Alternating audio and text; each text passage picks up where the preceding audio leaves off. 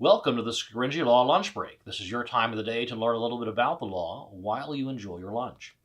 A few months ago, porn star Stormy Daniels, feeling confident about the legal actions she had brought against President Donald J. Trump, taunted him on national television, saying, "A storm's a-comin', baby." Yet any storm can suddenly shift directions. Today, Daniels is now smack in the middle of a legal tsunami. She had better batten down the hatches.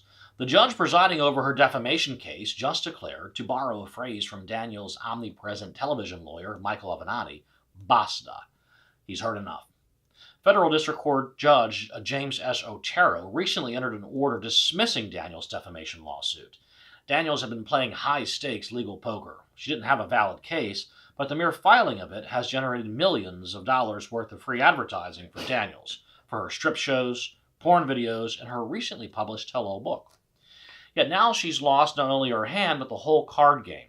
As part of Otero's order, he ordered Daniels to pay Trump's attorney's fees, citing an anti-SLAPP statute designed to punish litigants who bring false or baseless claims to try to stifle the free speech of another. Earlier in the case, her attorney decried how ironic it was that Trump was relying on the First Amendment to shield himself from legal trouble, stating this is the same Donald Trump that has crapped all over the First Amendment for years. Did Avenatti fail to understand that even Donald Trump has the right to free speech? Apparently so, and now his client will pay. Otero's order of dismissal means Daniels' lawsuit didn't even make it beyond the initial stage. Notably, in considering Trump's motion to dismiss, the judge was required to tilt the playing field strongly in Daniels' favor and treat all well-pled facts averred by Daniels as true. And yet he still dismissed her lawsuit. Seeing the writing on the wall, Avenatti claimed he needed to conduct discovery to bolster and provide context for Daniels' claims. The judge easily saw through that facade. He admonished Daniels and her attorney for attempting to exploit the legal process and by seeking to use her defamation action for a fishing expedition. What was Daniels' claim based upon? In 2011, Daniels was trying to sell a story about her alleged 2006 tryst with Trump. Daniels claims that a few weeks after she agreed to an interview with In Touch magazine, an unidentified man approached her in a parking lot in 2011 and told her, "Leave Trump alone. Forget the story." Years later, as Trump was on the verge of being elected president, Daniels, sensing an opportunity, got Trump to pay her $130,000 in exchange for signing a non-disclosure agreement.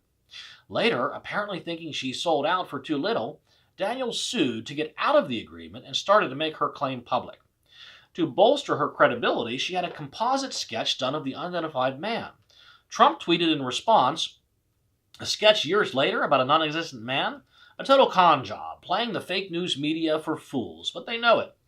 Daniels, chagrined, tried to make a federal case out of it for defamation.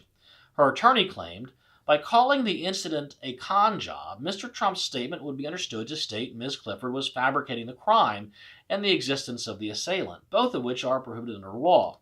Mr. Trump made his statement either knowing it was false, had serious doubts about the truth of the statement, or made the statement with reckless disregard for its truth or falsity. However, none of that matters. That's because, as the judge stated in his order, Trump's tweet was constitutionally protected opinion.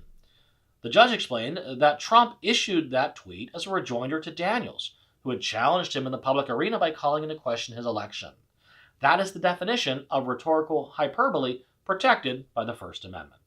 As to the other facts alleged by Daniels, the judge explained they were merely conclusory statements.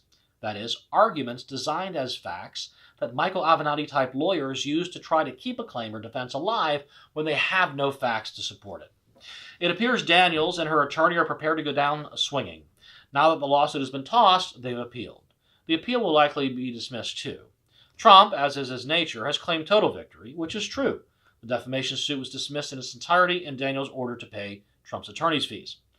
Yet Avenatti, in defiance of reality, claims Trump's claim is an outright lie, because Daniels' non-disclosure agreement suit is still alive, has resulted in the most public interest, and has led to the guilty plea of Trump's former attorney, Michael Cohen.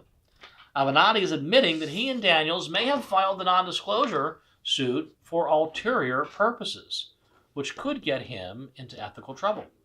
And the icing on the cake is that Trump is stating in court he will not attempt to enforce the non-disclosure agreement, and yet Daniels and Avenatti refused to agree to win their own case. Because what do you think Avenatti wants to do? Conduct more discovery, do a little more fishing. Further proving the point, the suit was brought for an improper purpose. Dark days are ahead for Daniels and her attorney. That's about all the time we have today for the Scaringi Law Lunch Break. Thank you for listening and enjoy your lunch.